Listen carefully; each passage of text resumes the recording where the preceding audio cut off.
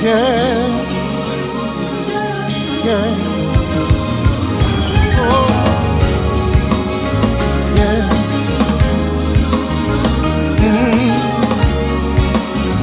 Yeah. Born and dead, saved by love, count my blessings from above. Though in darkness, have no fear. Light will shine on those holding near. They know that sorrow they will pass. For I know in this life there will be something. But remember that love, yes it will.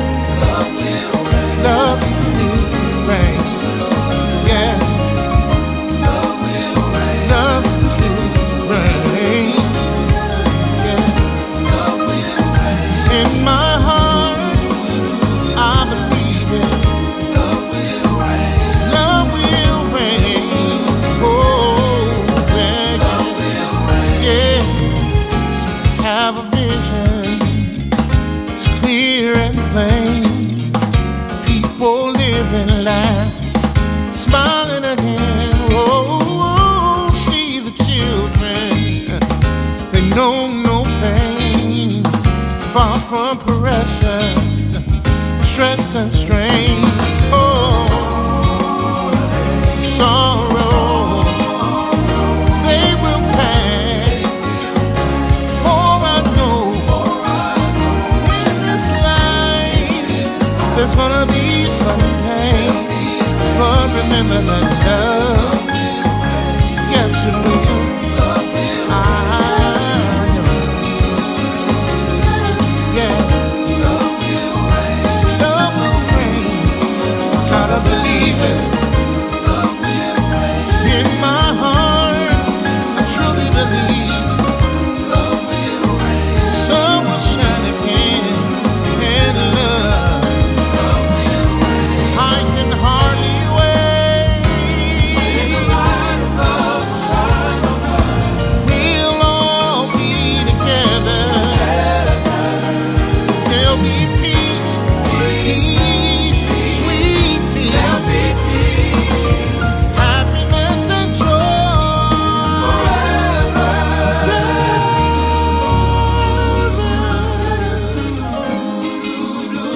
Oh, yeah. One day, someday, pain will be over and love will reign.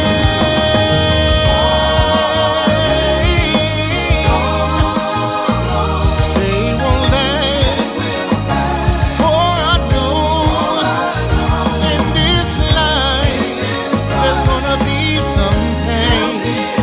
But in the end,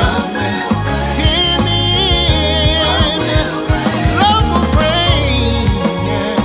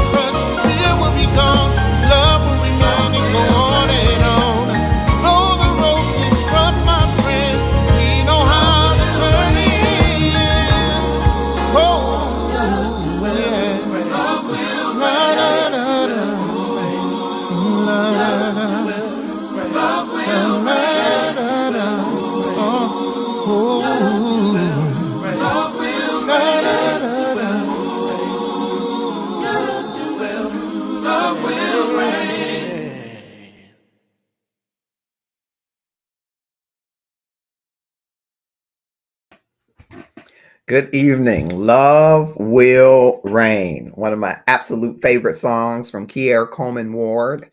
I invite you to look up his music. He is a phenomenal talent, and we're grateful that he has allowed us to utilize his song. We played it in its entirety today. You that are seeking love will know that love will reign. Hi, I'm Marcus Holmes. I'm the love activist, not loveologist, not love guru. I'm just synthesizing the news that love is still available. And I want to share with you, and not just the love from the quintessential love who is God, not just the love of others, but the self love. And all of these are available in their various forms. So if you are watching like Sandra D or Robin Brooks or Gina G on TikTok, those on Facebook, wherever you're watching from, take a moment, click share, tag 5 of your closest connections, friends, followers, or subscribers, 5 of the more popular ones if you're joining us on Instagram or YouTube events or Twitch TV. We're going separately on TikTok. We have some issues getting live there. We're going to work that out with TikTok because we want to make sure that our TikTok folks get the opportunity as well. And I'm just excited to be here with yet another topic. We got folks that are coming on in. Come on in. TikTok, come on in there to share with you topics that we hope will cause you to think, will cause you to be inspired to up your love game. All right. And so this topic is another one that came from the inbox.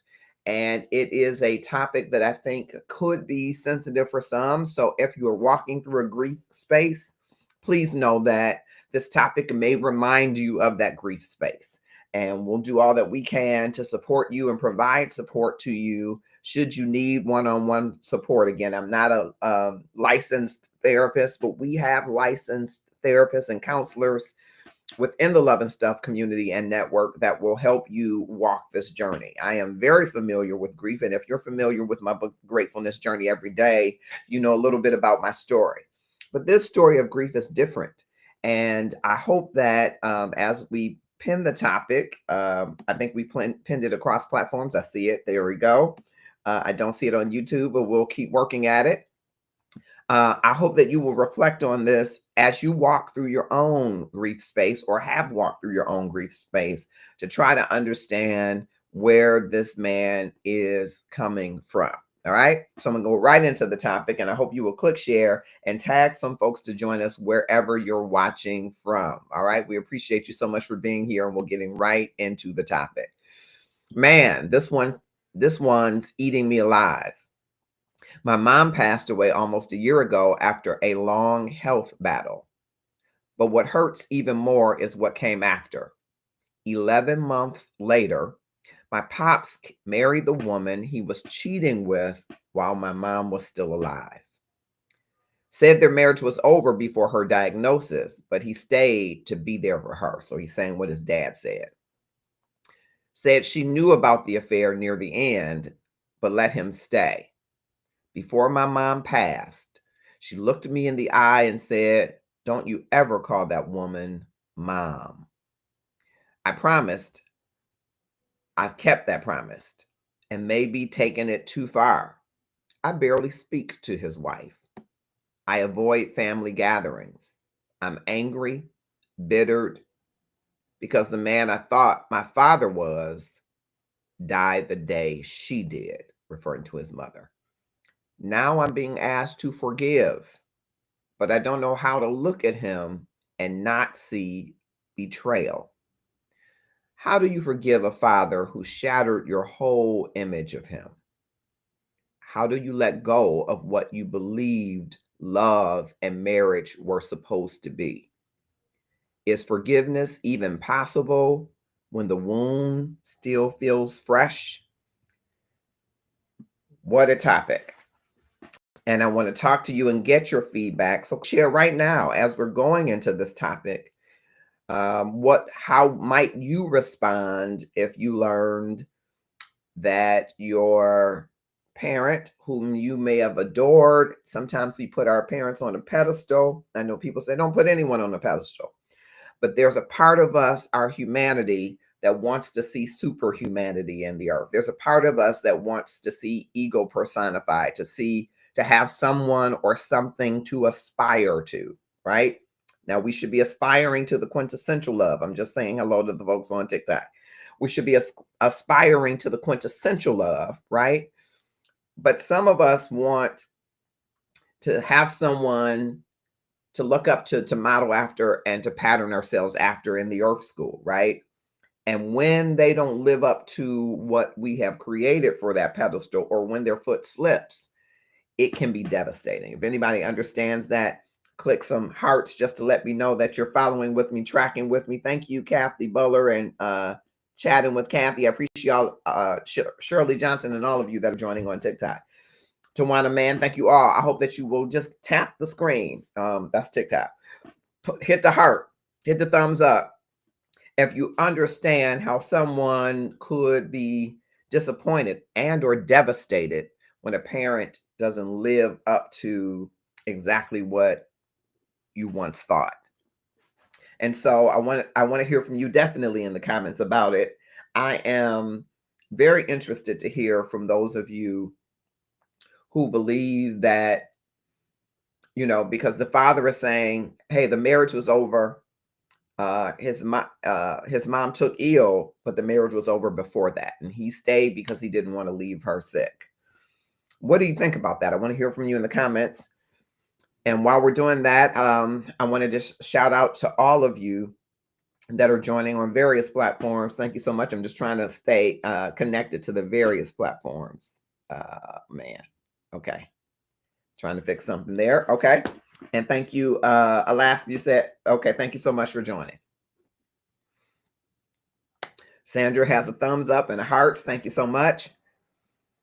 We all have our heroes, whether they're our parents or grandparents or mom and them, somebody who is your hero. And if you can relate, just like Sandra, give a thumbs up or heart. Okay. And as we're going into this, I hope that you will click share and tag some other people, because my hope with bringing this topic forward in this time is that we build for ourselves and others in our relationships a path to reconciliation, a path to forgiveness.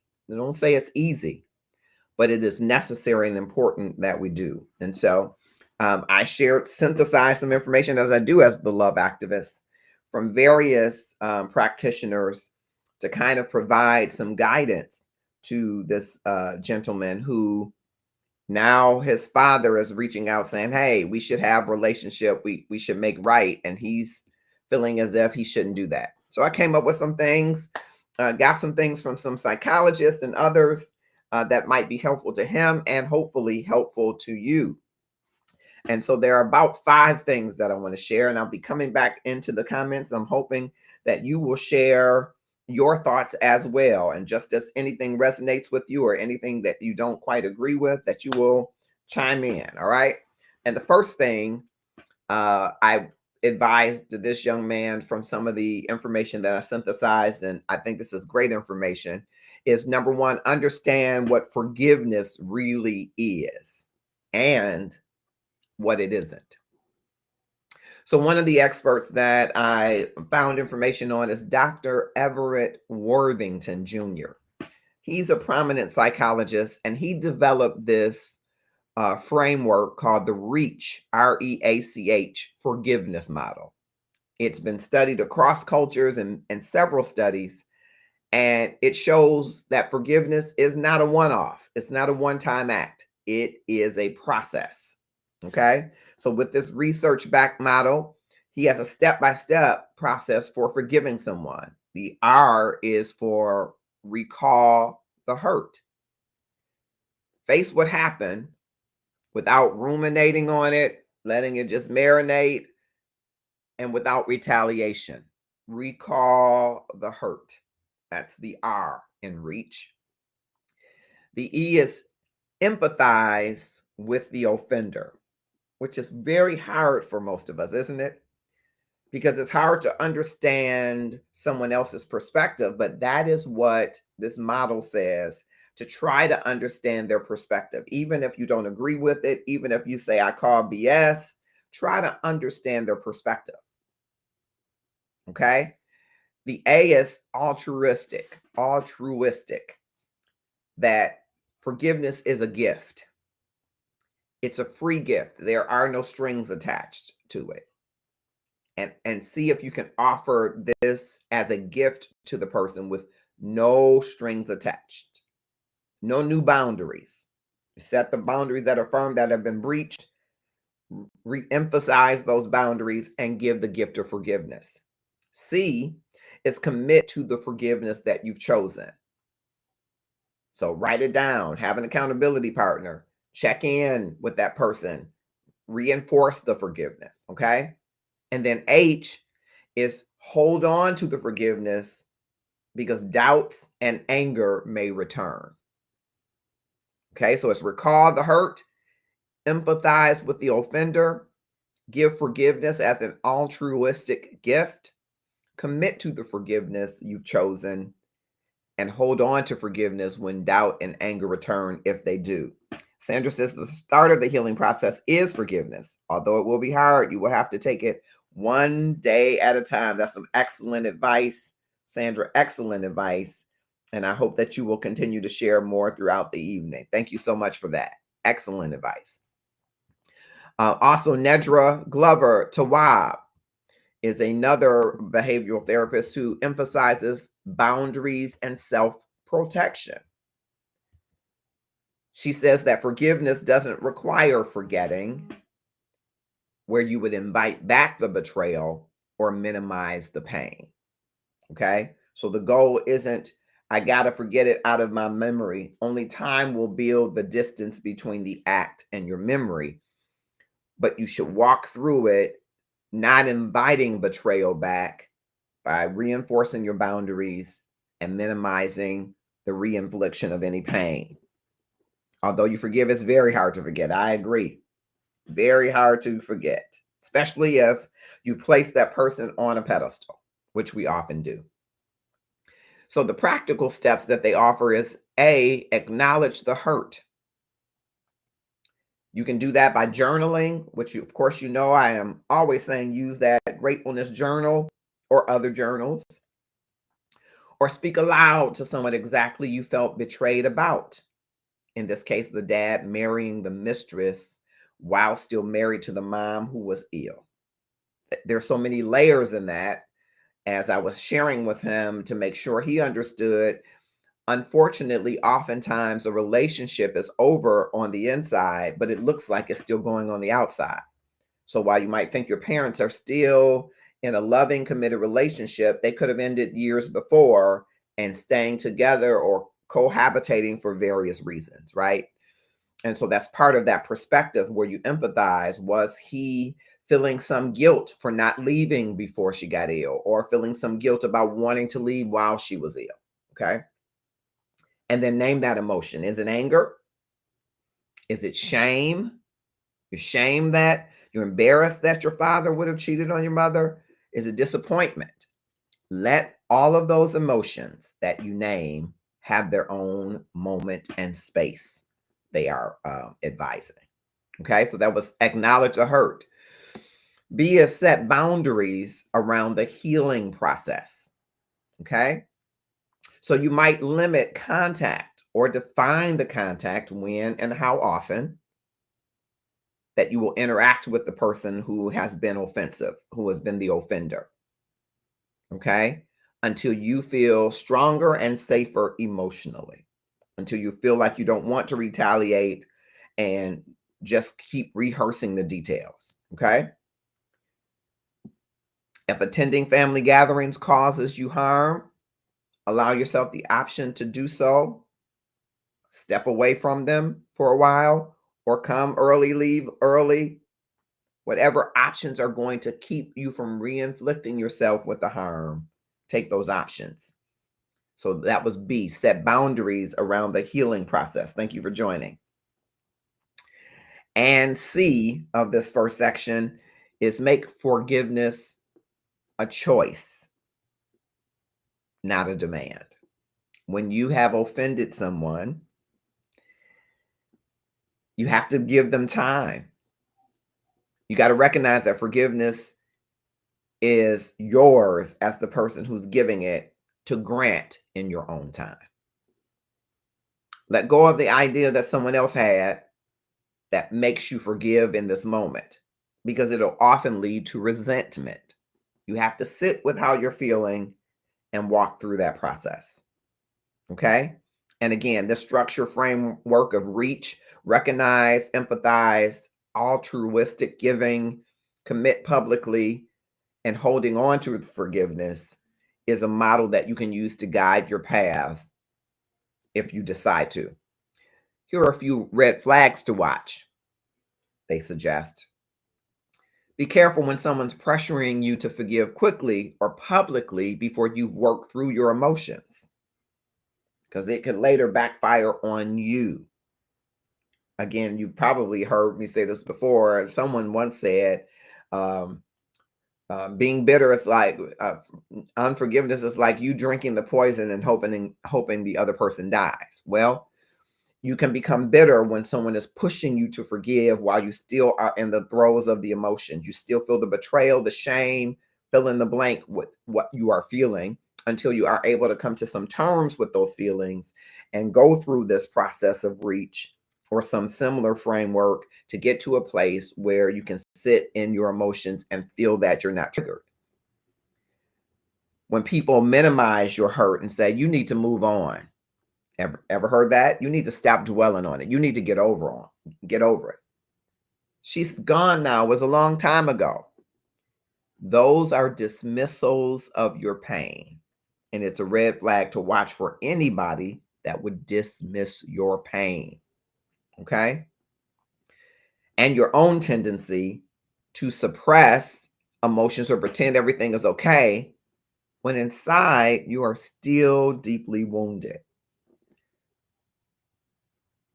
There is a possibility that the mom had a conversation with the husband and forgave him.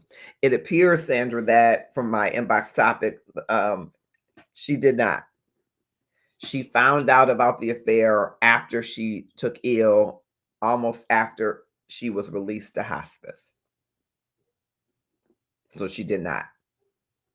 Rhoda Jones has joined us. Thank you so much. Beatrice has joined us. Thank you so much. Lost and Grief do not have expiration dates. I love it. And I love all of you for joining. I hope that you'll take a moment to click share, whether you're watching us on Facebook, on Twitch, on TikTok, on YouTube events, on, I said something else, Instagram. Wherever you're watching us, I hope you will click share right now. Tag 5 folks who you know are walking through a grief space. Tag some folks whose parents have remarried to chime into the conversation, because sometimes we, even though our parents leave, we are on a quest to sustain, maintain that familial structure that we once knew. And sometimes we treat everyone that comes into it as a stranger, a foreign object, even an enemy, especially if we feel there has been betrayal. So I hope you will click share and tag someone. I want to just tell you about one of our favorite partners, who is June Rochelle Eaton with DetroitCouture.com. She is an amazing partner here in the Love and Stuff community, and we value the great things that she's doing with her business. Check her out now. Hi, my name is June Rochelle, and I own Detroit Couture.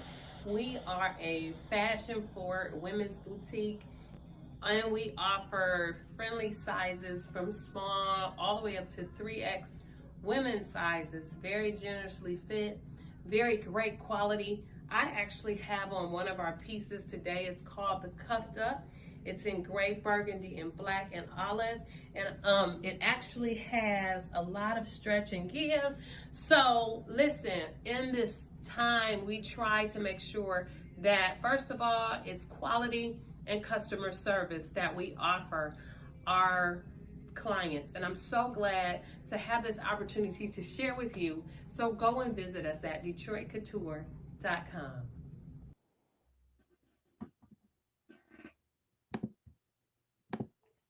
Visit June at DetroitCouture.com. Listen, ladies, if you're looking for that amazing piece, I'm thinking about the Queen's concert with Gladys Knight and Shaka Khan and Stephanie Mills and Patti LaBelle. You're going to that concert and you don't know what to wear, you need to contact DetroitCouture.com. You're going to a bar mitzvah, a wedding, a church anniversary, a wedding anniversary, you're going just for a night out on the town and you don't know what to wear, I know where you should go. DetroitCouture.com. Thank you, June Michelle Eaton and her team there. We appreciate all the things that you do. We're talking from the inbox again tonight across Facebook. We're at home in our Love and Stuff community page, the Marcus Our Homes page, all of the love groups connected, and Instagram, Twitch TV, YouTube events, and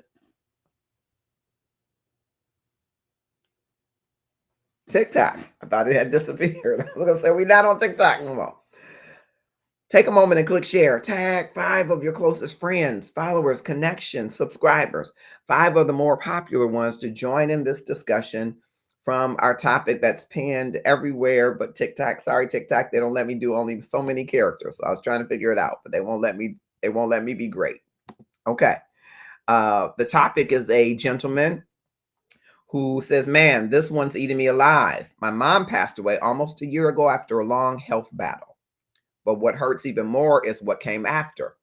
11 months later, my pops married the woman he was cheating with while my mom was still alive. Said their marriage was over because her diagnosis, but he stayed to be there for her. Said she knew about the affair near the end, but let him stay. Before my mom passed, she looked me in the eye and said, "Don't you ever call that woman mom." I promised. I kept that promise and maybe taken it too far. I barely speak to his wife. I avoid family gatherings. I'm angry, bitter, because the man I thought my father was died the day she did. Now I'm being asked to forgive, but I don't know how to look at him and not see betrayal. How do you forgive a father who shattered your whole image of him? How do you let go of what you believe love and marriage were supposed to be? Is forgiveness even possible when the wound still feels fresh? Sandra's chiming in. Has the son tried having a conversation with dad to share his feelings? So that's the conversation that's coming up, because he hasn't gotten to the place where he's ready to forgive, right? And so, Sandra, to your point, he hasn't broached that conversation because he doesn't know where to start. He's stuck on the betrayal. And so that's why I synthesized some information, and I'd love for you to share, and others like Sandra who are commenting, share what would you suggest that he includes in this conversation with his father when he is ready. Of course, I believe part of the pre-work, Sandra, is him getting into this reach model or something similar where you've got to deal with the feelings that you're having and not rush through them for the sake of someone else saying, can we just be cool again? Can we just get together? Can we just be father and son? You have to be ready to proceed in that forgiveness. Now, the longer you sit in it without addressing it, it's more like drinking that poison, right? So you have to take some steps. And so we started in our first step, understand what forgiveness really is and what it isn't. Looking at Dr. Everett Worthington's Reach Forgiveness model, which he and Nedra Glover Tawwab says the practical steps that we can take are to acknowledge the hurt, set boundaries around the healing process, make forgiveness a choice, not a demand, and watch for red flags. Here's the next step that I want to share that I think is related to what Sandra is saying. It's part of that prep work. And I think this goes for any relationship, because often a part of the grief is grieving the image of what we thought the person was before we forgive the person, in this case, the man. So grieve the image before you forgive the man. And so Janie Lacey, who is a female therapist, Black female therapist, talks about how betrayal upends your self-identity when your identity is wrapped in a relationship, right? Or a part of your identity. You're the son, you're the daughter, you're the spouse, right? So part of your identity is wrapped in that, right? Especially when betrayal happens in a family or with a parent. So grieving and I hope that this part resonates with you and you hear it if you're walking in a grief space. Grieving includes mourning what you thought your father was or what that person once was and can no longer be. There is a mourning that should take place over the loss of the image of who you thought that person was or the no more that that person is. Okay? And that involves some culturally competent care, depending on what your culture is, your family is, your dynamic is. Because in Black family identities, particularly, reputation and what was believed about the family carries great weight. And when those are broken, grief is deep. You know, for many people, our family reputation is based on the bond. It's not based on the stocks we have or the ownership in the company for some. It's not based on the will. It's based on the cohesive bond that is broken, that is bonded together by beliefs and sets of relationships and values. And when those are betrayed, it's as if you lost the fortune, right? It's as if somebody gambled away the wheel, right? And so that dynamic is important to understand, especially in the African American diaspora, all right? Sean Henry has joined us. Thank you so much. Carmen Samsers has joined us on TikTok. Thank you so much. Holding on to bitter and anger can cause serious health issues such as strokes, high blood pressure. So I hope we can talk it out with him soon. Yes, absolutely. You have to be able to talk it out, but you also got to be able to walk through the grief space as well. So the practical steps that Dr. Lacey offers are A, permission to mourn the lost ideal, right? And one way you can do that is from that journaling. You can write a letter to the father that you thought you had, okay? And describing who he was in your mind, describing the values that he represented, that you believed in, maybe values he demonstrated to you, and the love you expected. And then accept that some part of that relationship is gone or will never be the same. And grieving that doesn't make you disloyal, it makes you human. So starting that written letter, Sandra, might be a way that he begins to think about the dialogue that he will share with his dad. Okay. B, seek support with fellow healers or faith communities. So find a counselor and or therapist who understands your culture, your family dynamics, and grief. Engage in a support group in person or online based on your comfortableness, or people who share similar experiences and maybe similar betrayal stories. You can learn and glean from theirs. And C, revision what fatherhood means. Identify the qualities that would still matter and assess whether or not your father still possesses them. Those could be respect. Those could be responsibility. Is he going to take accountability for the hurt? Is he going to be responsible? Is he going to respect that you need time? Then explore examples of fatherhood, father figures, mentors who embody those qualities that you still want to have in place. Because then you are able to rebuild trust in the ideal of fatherhood, even if what you thought about your dad has shifted.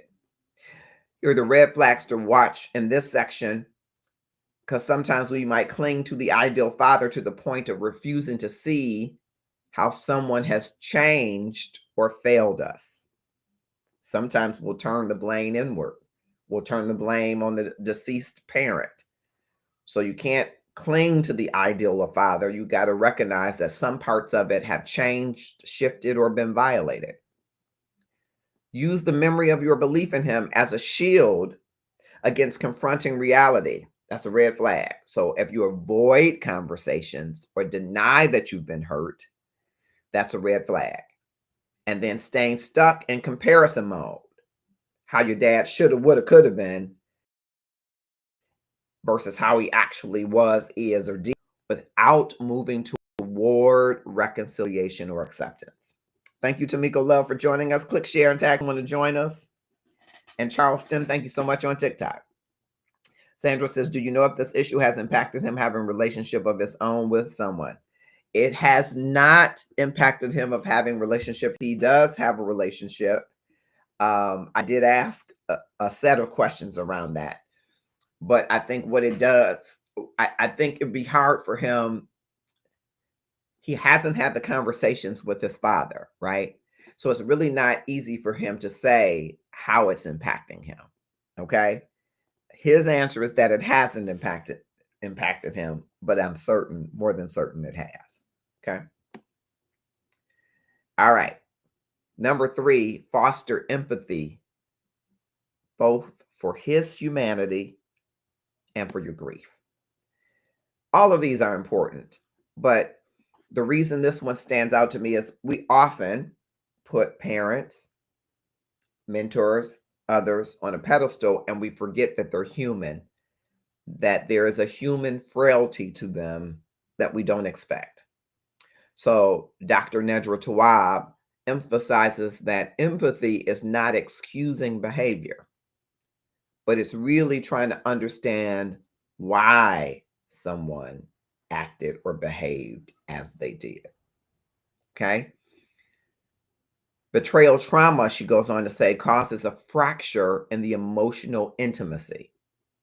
And empathy can help you build and rebuild connection from the fracture in emotional intimacy.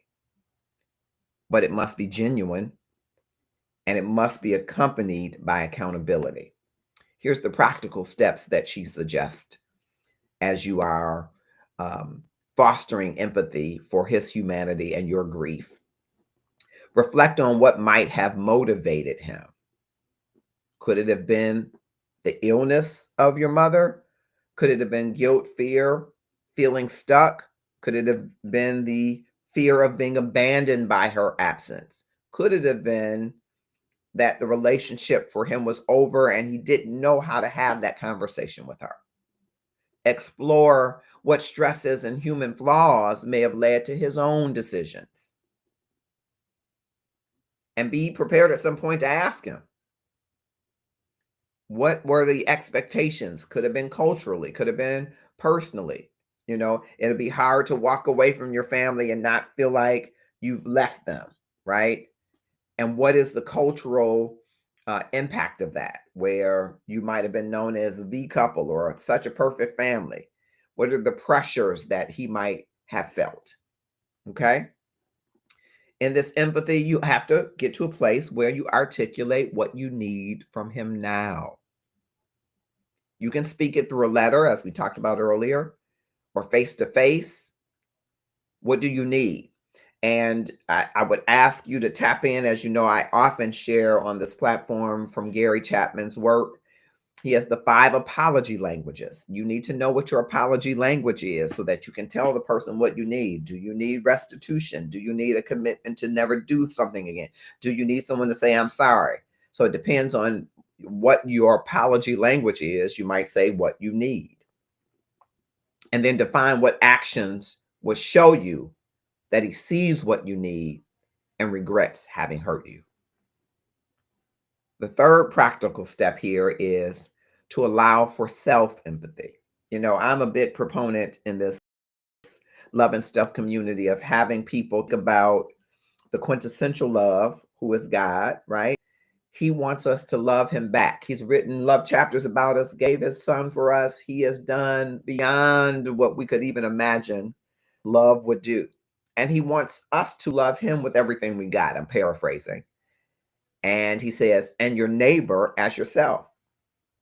Love me with everything you got and your neighbor as yourself. On these 2 commandments hangs all the laws and the prophets, right? And the love that I say is neglected is not always the quintessential love. I think people, once they come into the awareness of God, attempt to love him. Maybe not with everything they got. But the love that gets neglected is the self-love. And aligned to that, akin to that, is self-empathy. You know, sometimes we can find empathy for others, but we'll sure beat up ourselves. We'll sure shut ourselves down and not walk through the steps and perspectives that lead us to the decisions and circumstances that we find ourselves in. Autumn Nicole has joined us. Thank you so much. Click share, tap some of your friends to join in this discussion. So you got to recognize that your anger and your grief are valid and that you're not wrong for feeling betrayed. And that is a real tough one when it is regarding a parent, when it's regarding someone that you had high regard for, because you can feel guilty about feeling that your anger and grief are valid. It requires some self-empathy that what you are feeling, you're entitled and allowed to feel. Okay. And then practice some self-care rituals that will nourish you as you work through these emotions. That could be journaling, that could be prayer, that could be conversations with trusted friends, that could be therapy, that could be yoga, that could be meditation. A number of different things that you can do that help to nourish yourself as you work through the emotions, not instead of working through the emotions, as you work right? So you want to add these practices of self-care to do it, right? And some of the red flags to watch for as you are fostering empathy, both for his humanity and your grief, are empathy without responsibility. So when someone tries to explain or justify without remorse or effort, that's a red flag. Or using everyone's human flaws as excuses for repeated betrayal or refusal to do what's needed for healing. Okay? Or holding empathy only in your mind, but never using it to move forward, which in other words is staying stuck. Those are red flags to consider if you are fostering empathy for another person's humanity and for your grief. Okay. Number 4 is let accountability precede reconciliation. Thank you, Patricia Thomas, for joining us on TikTok. Tag someone. Thank you so much. Sandra says parents are two different people in one body, dad, mom, and husband, wife. We tend to think that the parent is the same person as the spouse when it comes to behavior and relationship. Hope that made sense. It does make sense. And, most times, Sandra, we're not seeing them. There was a long time. This is funny, but not. As I was growing up, we never went on vacation. And I had other people lived on the street, other places that would talk about vacations that they went on. Now, I traveled because my mother was very active in our national work, state work, local work for the church. So I've been to I think I haven't been to 4 states, maybe. I've been through most of them, but 4, I think I can't recall ever going to. So I've traveled, since I was very young. But as far as a family vacation, we didn't travel to go on vacation. We might go to a reunion or to a picnic or to see family, but it was never a family vacation. And some years later, I saw pictures of a family vacation where my family, immediate family, traveled with my dad's brothers and sisters' families to Canada. They had traveled in July of 1969. Well, I was born in April of 1970. And I said to my dad, I don't even think I was 10 or 11. I said, Daddy, how come y'all don't, we never go on vacation? He said, oh no, well, I can't afford to go on vacation. So the first time he said that, I thought, well, there are a lot of us. There are 5 kids, even though I have older brothers and sisters. And I went back to him maybe months later, a year later, said, Daddy, you never going to take us on vacation? He said, we ain't going on no vacation. And my mother laughed and said, Herb, because that's how she would talk. And she explained to me later that when we went to Canada, or they went to Canada, that's when she got pregnant with me. I was number 5. I was the oops baby. And my dad said, oh, no. Oh, no. It never dawned on me, Sandra and others, that my parents were spouses, that they were having sex. And that's, I knew a little bit about sex at 10, but it never dawned on me that they were more than my mother and father until that moment. I was like, they have been doing the nasty at least 5 times. And one time was a oops. It never dawned on me. I never thought about it that way. Right? And so we see them, our parents, as mother and father. We don't see them as humans with emotional and sexual, physical intimacy needs and the frailties that come and the fray that comes with all of that. So, Sandra, I'm glad you highlighted that. That's really important. So let accountability precede reconciliation. Okay. We're going back to this reach model by Dr. Worthington because it emphasizes that forgiveness does not always mean immediately reconciliation. Reconciliation, he goes on to say, requires accountability. It requires transparency, and it requires a change of behavior. So rebuilding trust is brick by brick, consistent behavior, truth and openness, and the first brick is accountability. Okay. And here are the 3 practical steps that Dr. Worthington suggests: that you have to define what accountability looks like. Be specific. What does he need to acknowledge? What behaviors must change? Set clear expectations regarding the frequency of check-ins, the honesty that's needed in the relationship, maybe therapy together or family counseling. Okay? So that's define what accountability looks like. Then observe consistency over time. Okay, I know what you said you're going to do. Have you consistently done it? So it's no longer just a promised apology, but it's some real life actions that align, whatever that looks to be. And keep track of those commitments made versus follow through. The commitment could be anytime that you feel like you have questions about where it went south in our marriage, I'm going to be open to answering those questions. And track whether or not he stays committed to that, because he can't go back and undo what has been done. And 3, protect yourself while trust is being rebuilt. So guard your heart. Don't give more than you feel safe giving until trust signs are budding, until you feel some trust has been earned. This may mean reduced emotional vulnerability, maintaining boundaries, asking for honesty, etc. And the red flags associated with this to watch for as you are letting accountability precede reconciliation: promises made without follow through, repetitive behaviors like lying or dishonesty or lack of transparency that indicate no change, or blaming you or gaslighting you or externalizing responsibilities instead of owning it. It was your mother was the worst person. You just don't know what I went through. Those are red flags. Okay?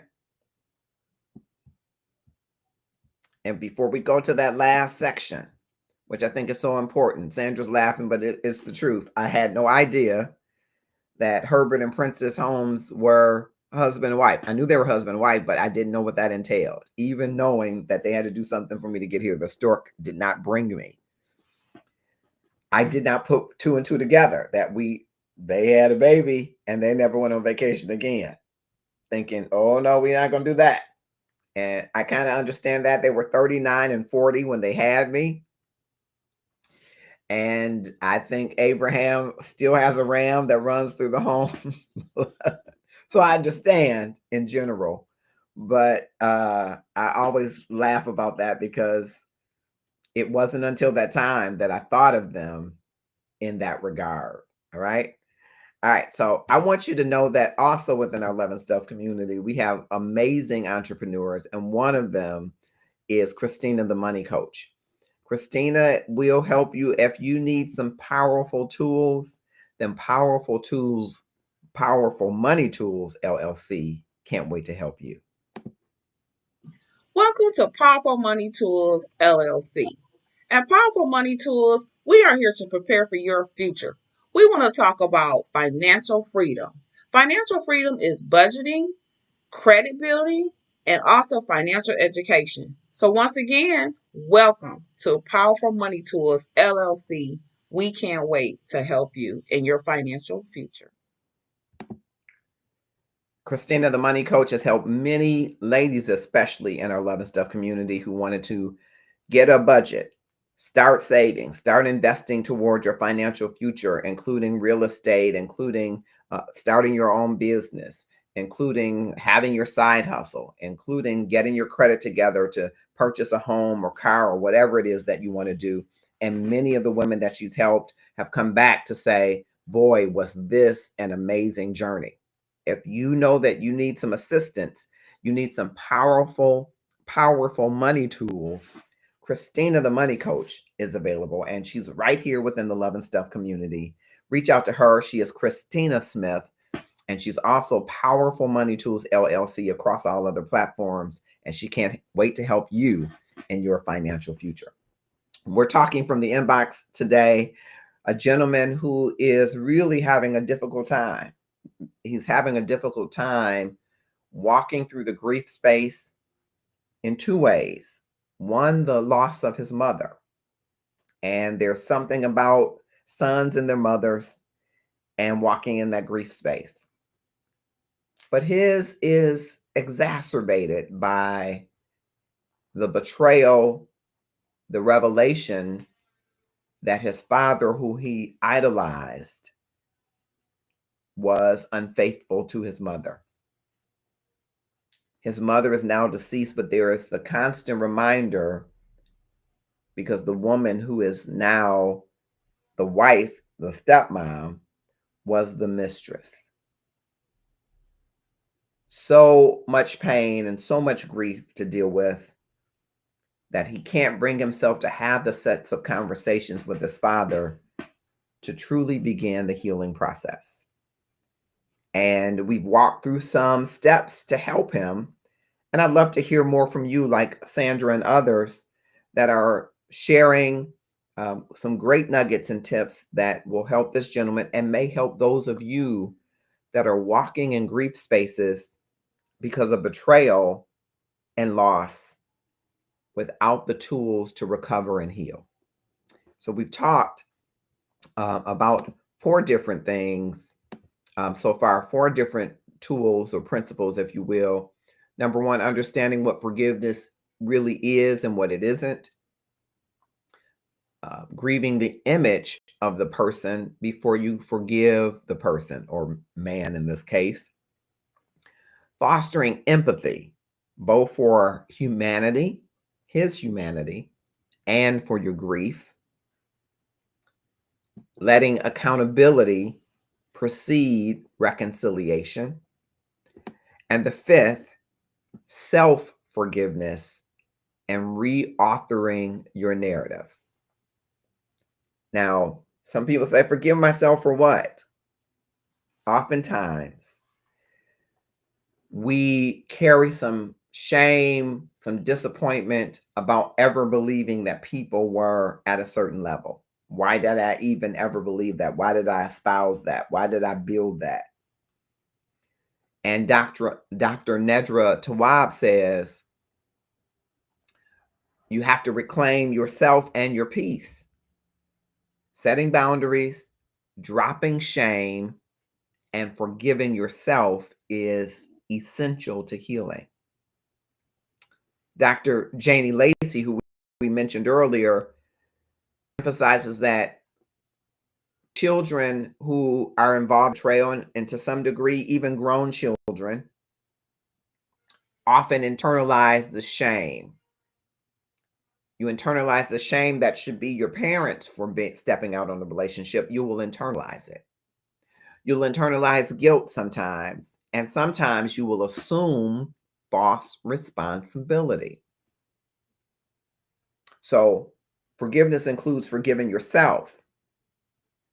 Healing includes forgiving yourself for what you believed, for what you let go, and for what you thought your parent was or is.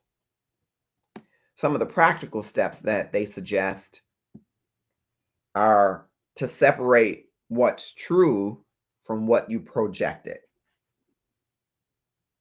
Were there expectations that you had for your father that were never really true or realistic? Do you have this private ideal of fatherhood which may never have existed outside of your imagination? Separate what was true from what you projected.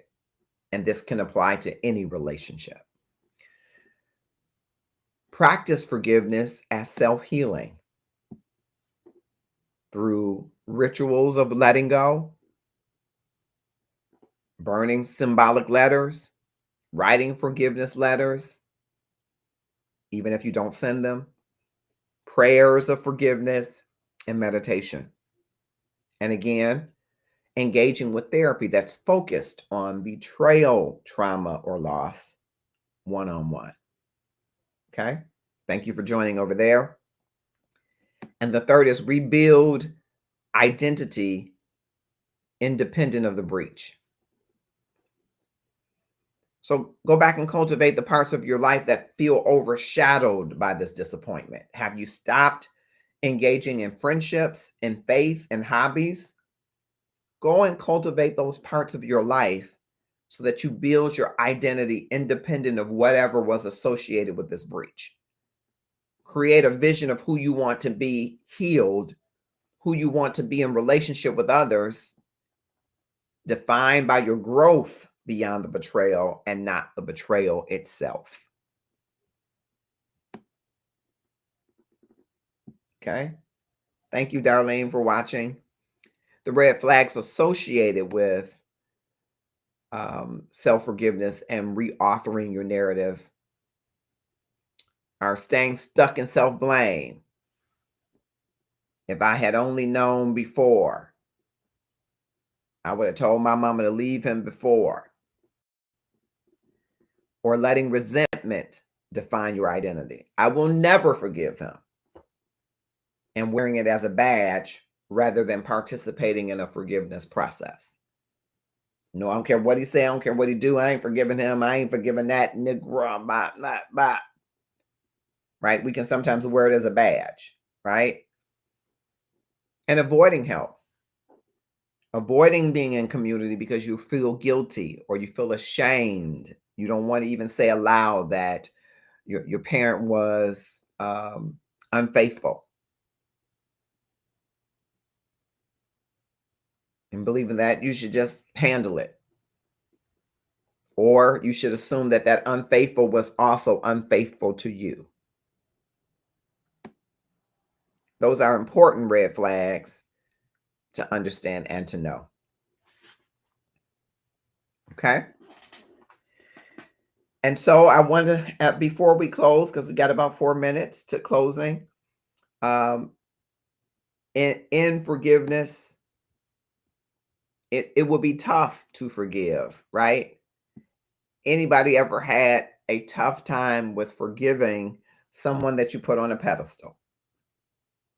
I want to hear from you. Elijah Jacobs has joined us. Darlene Randall, thank you both for joining. Hope you will click share and tag someone. Someone just take a look across platforms and thank all of you for being here. Whether you're watching on TikTok or Instagram, YouTube events, Facebook, we're grateful that you're here. And taking a quick look.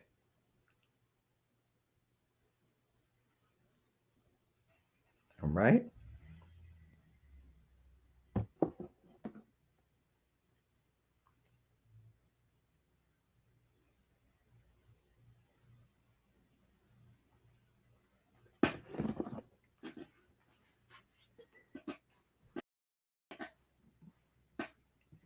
You can have someone that you idolize,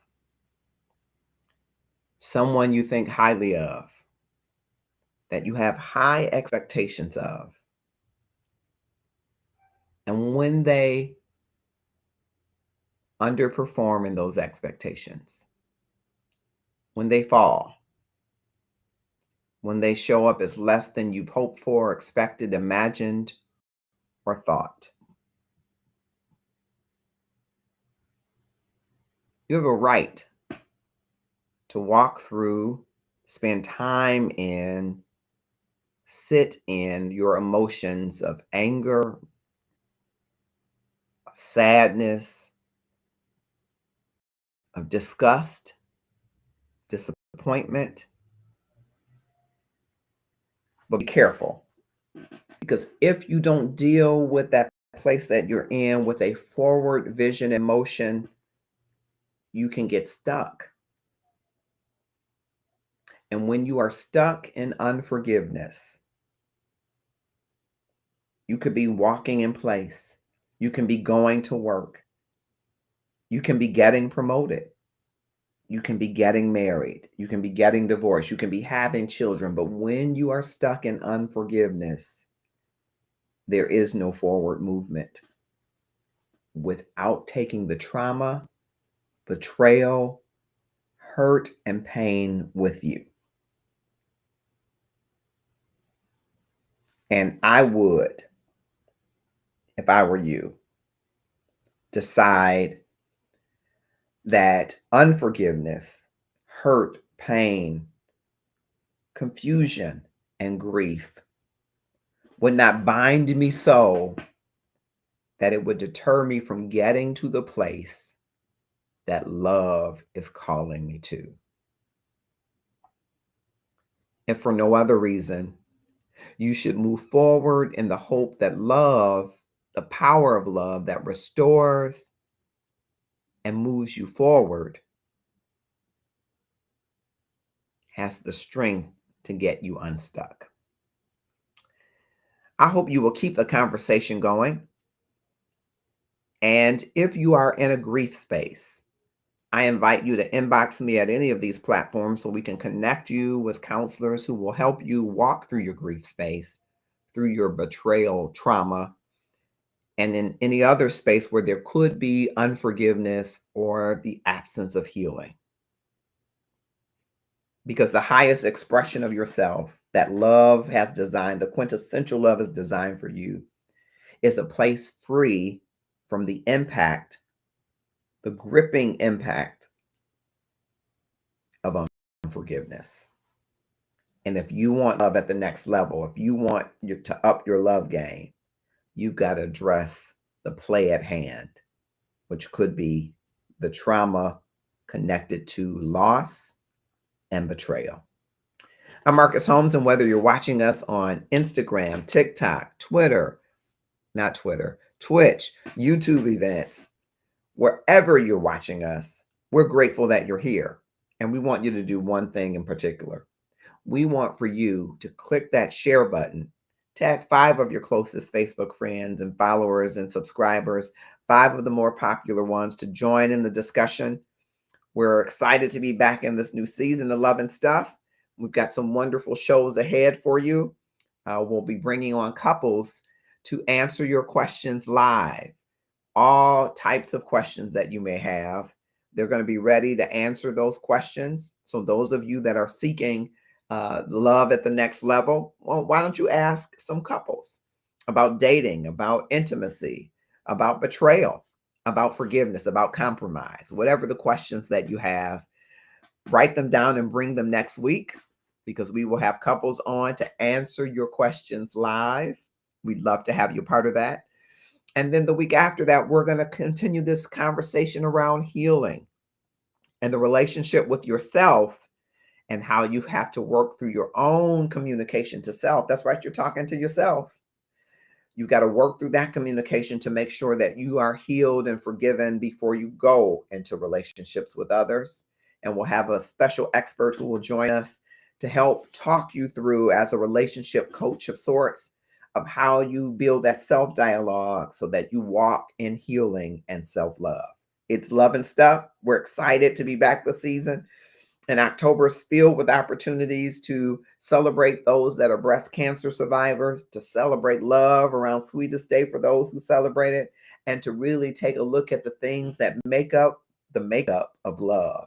If any of that resonates with you, go to our Facebook page and click the notification bell so you can be notified when new content happens, and share it so that we can share this call, this clarion call to love with everybody.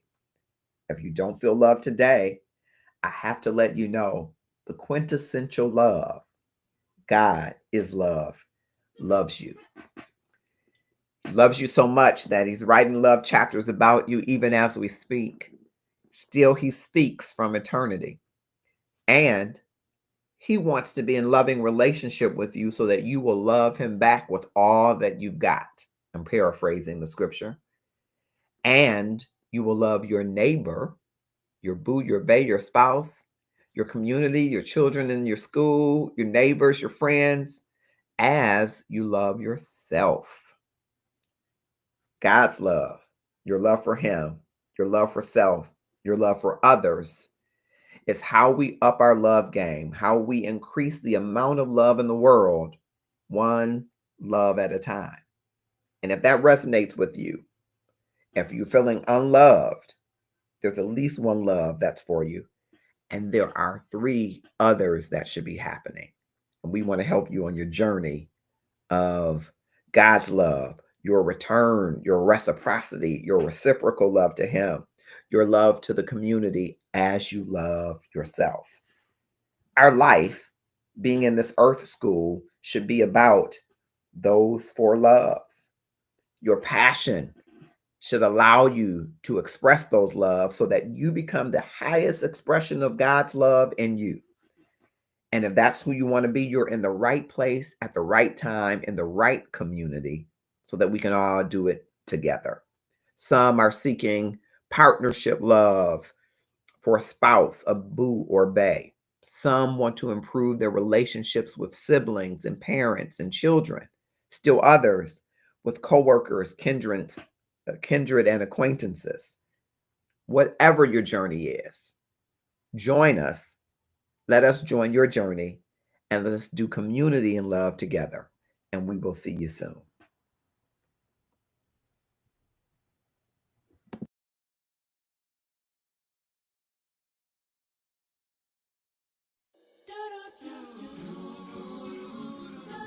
Yeah,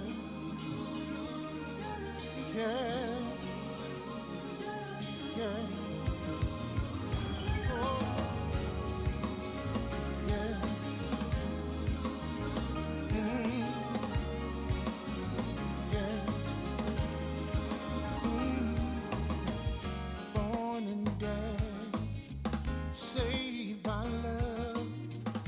Count my blessing from above. Though in darkness, have no fear. Light will shine on those holding near. They know that sorrow they will pass. For I know in this life there will be something. But remember that love, yes it will.